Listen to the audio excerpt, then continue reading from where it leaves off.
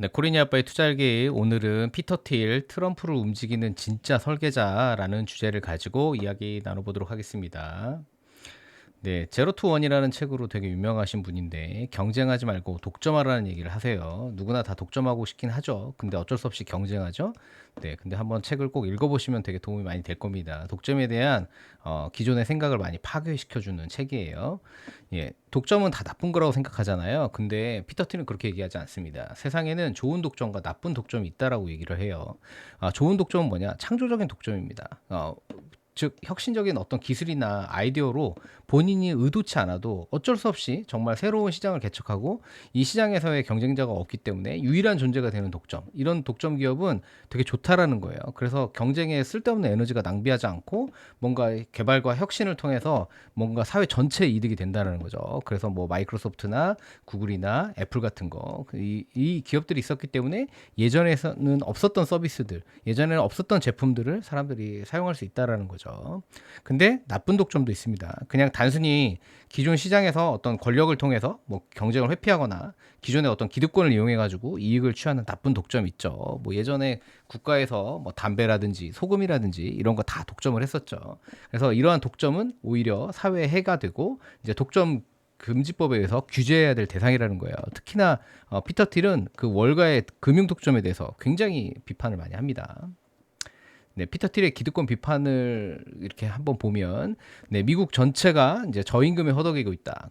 그런데 월가의 대형 은행들은 국채부터 힐러리 클린턴의 강연료까지 모든 곳에서 거품을 키우고 있다. 즉, 그 미국의 어떤 세계화, 글로벌화라는 거는 결국에는 달러가 계속 가치가 하락되고, 그 다음에 저가 상품들을 그냥 중국이나 뭐 인도나 이런 데서 계속 가져와가지고 미국의 대다수의 중산층들, 이 사람들 다 가난하게 만들었다라는 그런 비판을 합니다.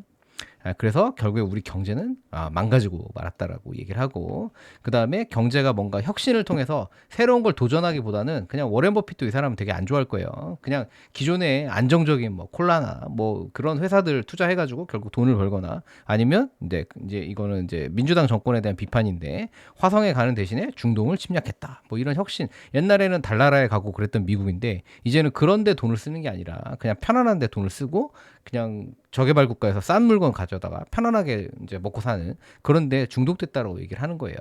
그러면서 이런 얘기를 합니다. 저는 정치인이 아닙니다. 도널드 트럼프 역시 마찬가지죠. 트럼프는 건설자입니다. 그리고 지금은 미국을 재건해야 될 때입니다. 자, 이렇게 얘기했어요. 트럼프는 건설자라는 얘기를 했습니다. 그러면 건설을 하려면 뭐가 필요합니까? 설계자가 필요하죠. 자, 피터 틸은 파괴적 자유주의자라고 생각이 돼요. 대부분의 자유는 뭔가 권력자로부터의 회피, 도피 혹은 저항, 이 정도에 머무르죠. 근데 피터 틸은 거기서 나가서 권력을 파괴시켜 버립니다. 네, 한번 볼까요? 2000년도에 페이팔을 창업했어요. 그래서 피터 틸은 이때부터 월가로부터 자유로운 국제 통화와 결제 시스템이 필요하다라고 역설을 합니다. 뭐 완벽하게 이런 걸 만들어내지 못했지만 그래도 엄청나게 돈을 벌었죠. 그 다음에 2003년도에 바로 팔란티어를 창업을 해요.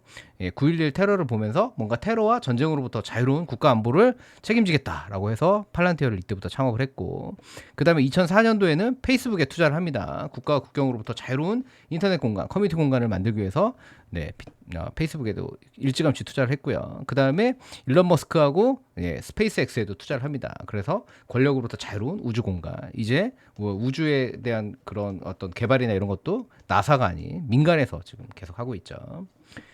트럼프 2기의 주요 정책을 보면서 이제 피터 틸의 향기를 한번 느껴볼게요. 자, 트럼프 2기가 출발하면서 제일 먼저 뭘 했습니까? 친암호화폐 행정명령을 했죠. 이때부터 중앙은행의 CBDC를 금지했습니다. 즉 월가가 새로운 디지털 화폐의 중심에 서는 거를 근본적으로 법적으로 그냥 행정명령으로 막아버렸어요. 그래서 민간에 의한 암호화폐 활성화와 월가의 독점적 화폐 발행권을 낮추는, 이제 스테이블 코인도 지금 이제 법안을 통과하려고 하죠. 그러면 스테이블 코인이 발행이 되면 그 미국 재무부에서 관리가 되기 때문에 월가의 이제 화폐 발권력이 굉장히 도전을 받을 겁니다, 앞으로. 그 다음에 대중국 봉쇄 정책이에요. 글로벌 공급망에 의한 세계화는 아까 말씀드렸듯이 저가 상품 이런 걸로 해서 혁신을 가로막는 돌려막기 경제라고 해서 이걸 굉장히 혐오스럽게 생각을 합니다. 그러면서 중국의 이제 기술 도전도 무력화시키려고 하죠. 그래서 이때 뭐 했습니까? 상호 관세했죠. 그 다음에 대규모 감세 정책, 얼마 전에 크고 아름다운 법안 이렇게 해서 개인소득세 인하하고 상속세 인하, 작은 정부를 지향합니다. 근데 반대로 국방력은 강화하죠. 왜냐? 독점적 지위를 강화시켜야 되니까. 미국의 패권적 지위를 지속할 수 있으려면 군사력이 증강돼야 되겠죠. 그래서 오히려 국방력은 강화시키고 있습니다. 그 다음에 AI 및 에너지 혁신을 위한 규제 철폐, 미래 기술 혁신을 가로막는 각종 행정 규제를 다 철폐하고 있죠. 그래서 뭐 SMR도 엄청나게 올랐고 지금 뭐 오픈 AI부터 해가지고 미국의 AI 엄청나게 투자를 하고 있죠. 자, 피터 틸과 암호화폐 어떤 관련이 있을까요? 네, 초기에 대규모 투자를 했습니다. 2014년도부터 2022년도까지 요 정도 투자를 했는데 중간에 이제 뭐 올랐을 때 팔고 뭐 하면서 결국에 얼마를 벌었다? 네, 약 1,500만 달러에서 2,000만 달러 투자해서 18억 달러의 수익을 실현했다고 합니다. 엄청나죠? 네, 진짜 엄청납니다. 그 다음에 2023년도 후반에 재투자를 했다고 그래요. 이때 얼마를 투자했냐? 약 2억 달러를 다시 투자를 했대요. 근데 절반은 비트코인에, 절반은 이더리움에 투자한 것으로 알려져 있습니다. 꼭 참조하세요. 자, 피터 틸의 사람들을 보면 지금 트럼프 2기에 들어가 있는 사람을 한번 볼게요. 자, 여러분 다 아시죠? 데이비드 sak스 누굽니까? SEC 의장이죠. 이 사람 뭐 했던 사람입니까? 페이팔의 최고 운영 책임자 CEO를 역임했던 사람이에요. 뭐 피터 틸의 왼팔 오른팔 정도 되는 사람이죠. 이 사람이 어디 들어갔습니까? SEC에 들어갔습니다. 그러면 피터 틸이 얼마만큼 암호화폐의 진심인지 여러분 느끼시겠죠? 그 다음에 제이디 벤스 누굽니까? 부통령이죠. 네, 피터 틸이 공동 설립한 벤처 캐피탈 미술 캐피탈에 일하면서 이제 피터 틸의 멘티였다고 해요. 근데 제이디 벤스가 부통령이 됐는데 누가 추천했다? 네, 피터 틸이 추천했다라는 얘기가 있습니다. 자, 일론 머스크 다 아시죠? 네, 페이팔의 공동 창업자고 얼마 전까지 도지했고 요즘에 최근에 엄청나게 말싸움 많이 했죠. 근데 일론 머스크가 뭐라고 했습니까? 트럼프한테 야, 그럴 거면 차라리 제이디 벤스한테 넘겨라고 얘기했죠. 엄청난 말 아닙니까? 네, 야, 대통령인 트럼프한테 야, 너 그만하고 제이디 벤스한테 넘겨. 즉 무슨 얘기인가요?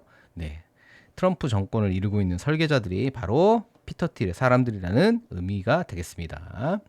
자, 참조하시고요. 예, 다음 시간에는 코리냐빠 동학개미에 올라타다라는 주제를 가지고 찾아뵙도록 하겠습니다. 오늘도 경청해 주셔서 감사드립니다.